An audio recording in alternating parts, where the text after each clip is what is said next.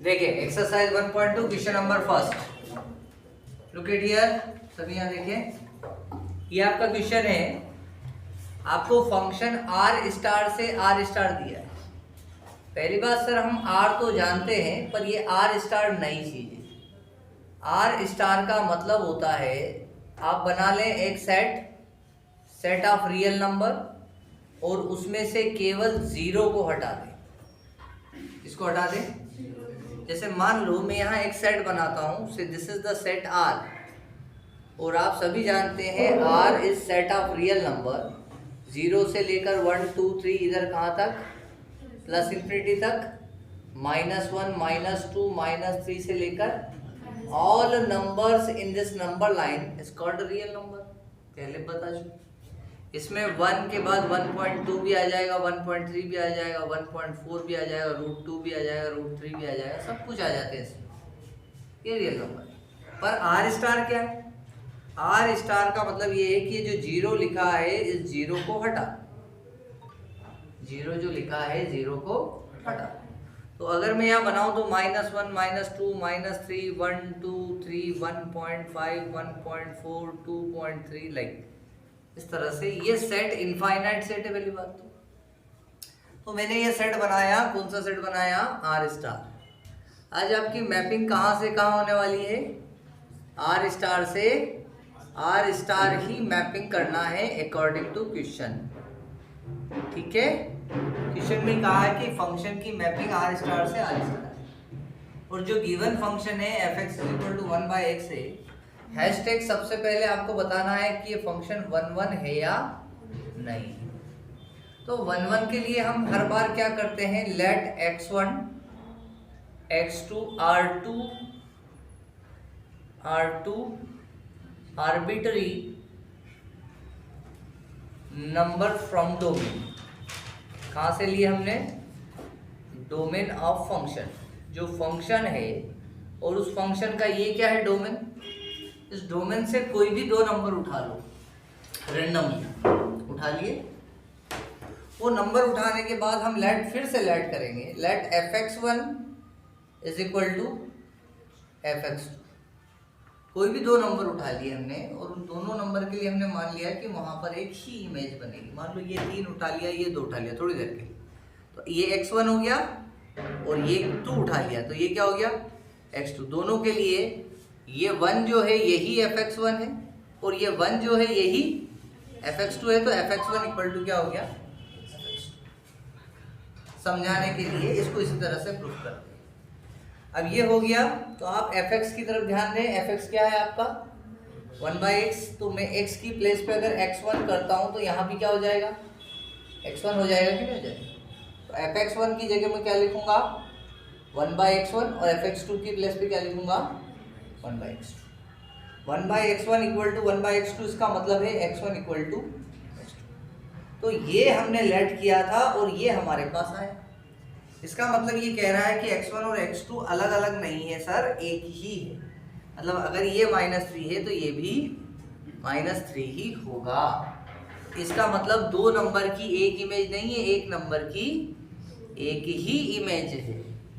So this function is, function क्या हो गया, फंक्शन इज 1 ये फंक्शन क्या हो गया आपके पास, 1 हो गया। यहाँ पर हैशटैग दूसरा कॉलम देखें इसका, ऑन टू वाला। कौन सा केस देखना हमें, ऑन टू, कि ये फंक्शन ऑन टू है या नहीं।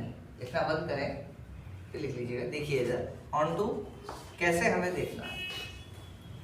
तो आपके पास यहाँ साइड में कर रहा हूँ, f(x) = कितना है, 1/x। f(x) = y होता है, तो ये वाला जो है आपका ये y है, क्या है, y। इसको आप कोडोमेन कहते हैं, और इसमें से जो मैप्ड होते हैं उसको, सारे सेट को रेंज कहते हैं, और इधर डोमेन। आपने मान लो यहाँ से कुछ भी x लिया, तो उसके लिए यहाँ आपको क्या मिलेगा, y मिल जाएगा ना। उसके लिए क्या मिल जाएगा, y मिल जाएगा। तो यहाँ कहें हम फॉर ईच y बिलोंग किसको कर रहा है, ये जो वैल्यू है ये कौन से सेट के अंदर है, आर स्टार के अंदर for each y belong to R star there is x belong to 1/y, there is x equal to 1/y and 1/y is also belong to r star। देखो y is equal to कितना आया 1/x, तो y किसको belong कर रहा है, इस set को बिलोंग कर रहा है। तो मैं x को इधर ले आऊं तो x is equal to कितना हो जाएगा 1/y, x is equal to कितना हो गया। अब ये 1/y भी किसको बिलोंग करना चाहिए आर स्टार, मतलब यहाँ के हर एक एलिमेंट की प्री इमेज किधर होगी, इधर। एक एलिमेंट की एक ही प्री इमेज होगी, ठीक है। अगर ऐसा है तो हम कह सकते हैं सो फंक्शन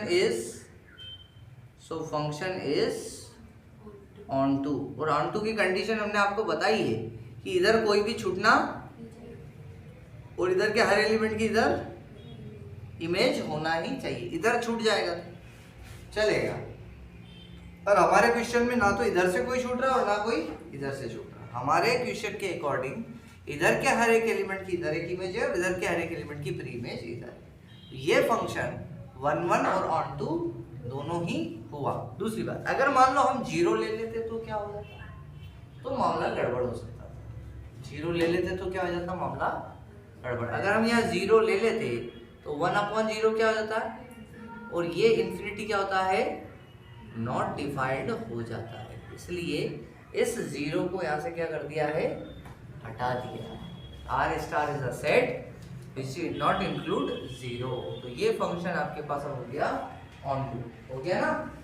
सच दैट यहाँ पर आप लिख सकते हो, जैसे आप एफ एक्स यहाँ पर आप लिख सकते हो एक लाइन और, such that f x belongs to f x equal to y, ठीक है। नोट कर लीजिए ऑन टू की कंडीशन।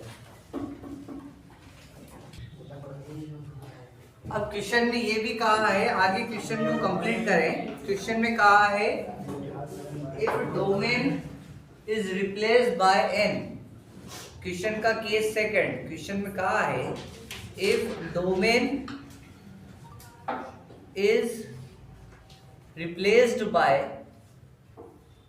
n क्या होता है, सेट ऑफ नेचुरल नंबर। तो अब इस क्वेश्चन को देखें, इधर वाला जो होता है ये क्या होता है डोमेन, इधर वाला जो होता है वो क्या होता है रेंज।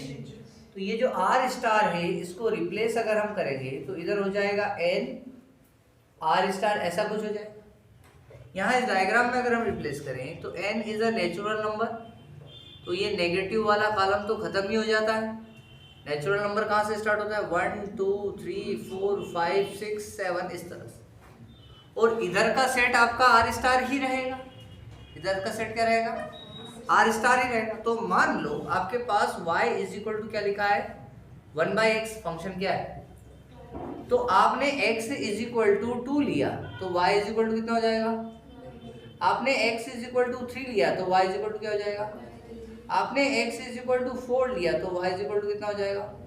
तो आप देखिए सारे आंसर कैसे आ रहे हैं, पॉजिटिव। क्या रहे, तो जब आप मैपिंग करोगे तो इसके पॉजिटिव नंबर तो मैप हो जाएंगे, सारे पॉजिटिव नंबर मैप हो जाएंगे। मतलब आपके पास जो नंबर लाइन है 0 से लेकर कहाँ तक, तो इसके पॉजिटिव नंबर तो सारे मैप हो जाएंगे, बट नेगेटिव नंबर मैप नहीं होंगे। मतलब कोई भी नेगेटिव नंबर की इधर कोई प्री इमेज नहीं होगी। तो इस वाले सेट में आप कह सकते हैं कि ये छूट गए, और अगर कोई भी एलिमेंट यहाँ छूट जाता है तो फंक्शन ऑन टू नहीं होता। लॉजिकली बात समझ में आ गई आपको। अगर यहाँ कुछ भी छूट जाता है तो फंक्शन ऑन टू नहीं होता, यहाँ कुछ भी छूटना नहीं चाहिए। और यहाँ बिल्कुल क्लियर है कि अगर आपने नेचुरल नंबर ले लिया तो x सारे पॉजिटिव हो जाएंगे, तो यहाँ पर कुछ भी आपको मैपिंग मिलने वाली नहीं है। तो हियर फॉर एग्जाम्पल, हम एग्जाम्पल ले लेते हैं। हियर फॉर ये लिख सकते हैं x is equal to 1, y is equal to 1/x is equal to 2, y is equal to 1/x is equal to 3, y is equal to 1/3। So here for n belongs to a, for x belongs to n, मतलब x किसको belong कर रहा है, n को। there is no negative value, no negative value we get, and all negative value in R star get unmapped, रह जाएगा ना. So function is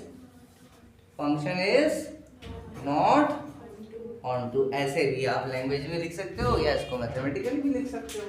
not.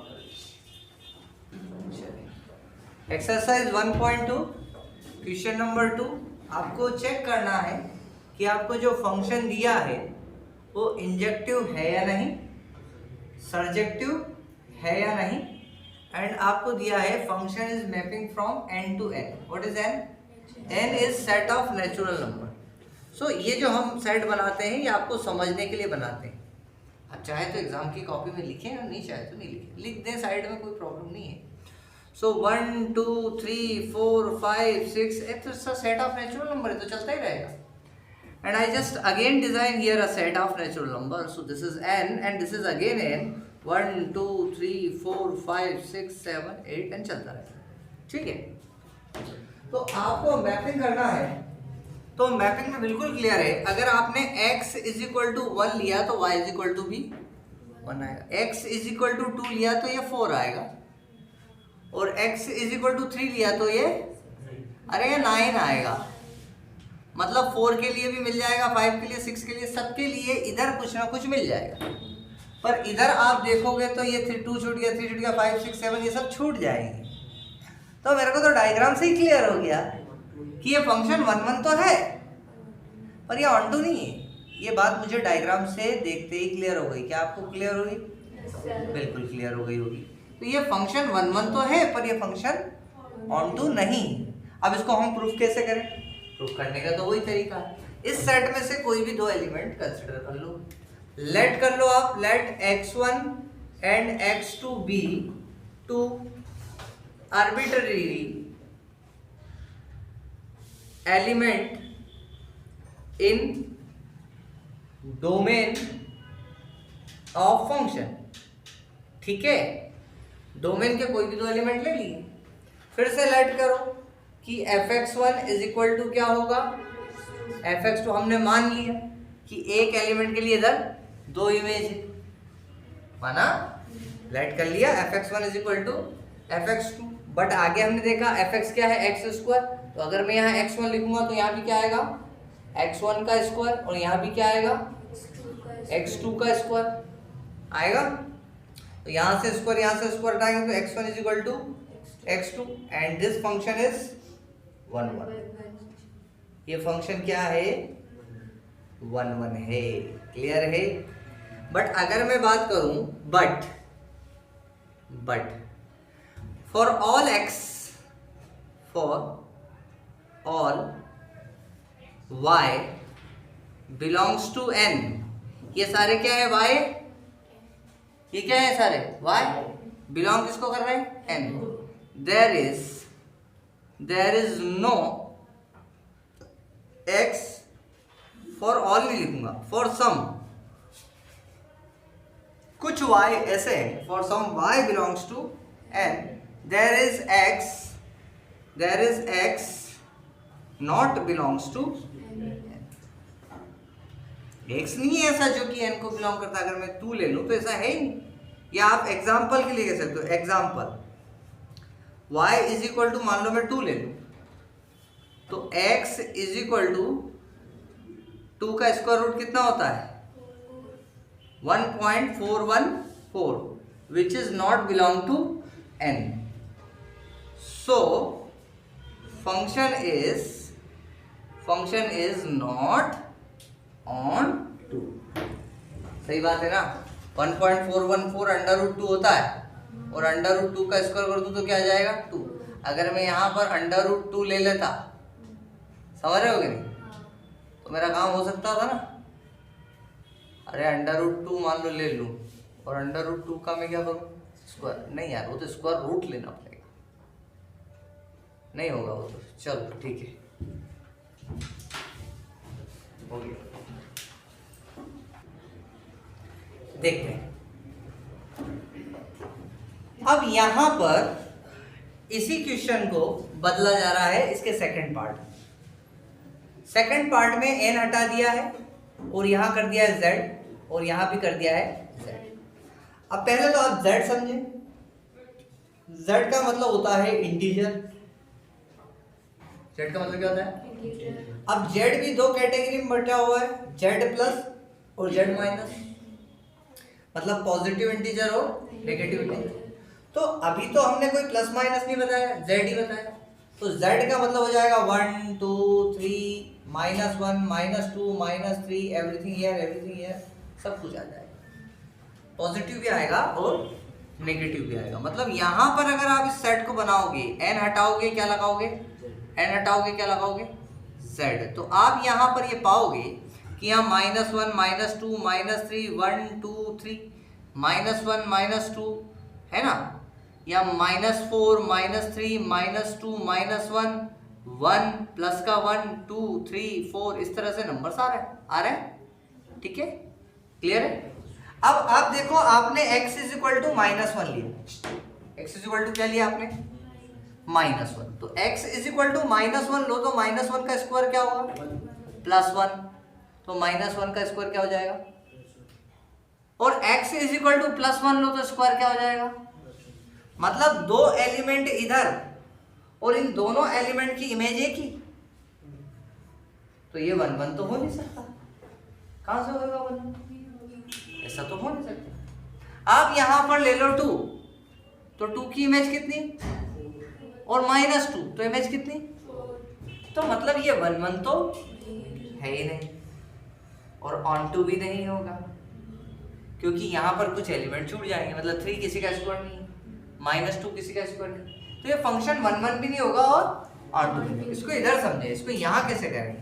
तो ये हो गया, ये हो गया, बट हमने यहाँ पर ये जो x जो आएगा, यहाँ से स्क्वायर हटाएंगे तो एक तरफ प्लस माइनस का साइन आएगा। आपको याद है जब भी स्क्वायर हटता तो काय का साइन आता है? प्लस माइनस का। अब पिछले क्वेश्चन में मैंने प्लस माइनस नहीं लगाया क्योंकि माइनस की हमको जरूरत ही नहीं, तो हमने प्लस प्लस ही ले लिया था। तो अब हम देखें कि x1 जो है यहाँ पर इक्वल टू +x2 हो गया और x1 जो है वो इक्वल टू क्या हो गया? -x2। मतलब एक ही के लिए दो एलिमेंट तो अलग अलग है ना, x1 एक बार x2 है और x1 एक बार -x2, मतलब दोनों एलिमेंट अलग अलग है। और उधर हमने कहा कि fx1 और fx2 एक ही है, तो सही बात है, fx1 और fx2 एक ही। तो फंक्शन क्या हो जाएगा? इस फंक्शन इज नॉट 1 1 है ना। और बाकी ये बात तो सेम ऑन टू के लिए। तो ये आपका इसका दूसरा पोर्शन सॉल्व। अब इसका जो तीसरा क्वेश्चन दिया है किताब में, उसमें z की जगह RR लिखा है, तो RR मतलब रियल नंबर, तो रियल नंबर में माइनस भी आ जाएंगे ना, प्लस भी आ जाएंगे, सब कुछ आ जाएंगे, तो फिर से रियल नंबर में ये ऐसे ही सॉल्व होगा। क्लियर है बात? नोट कर लीजिए, कल इसको करके लाइएगा।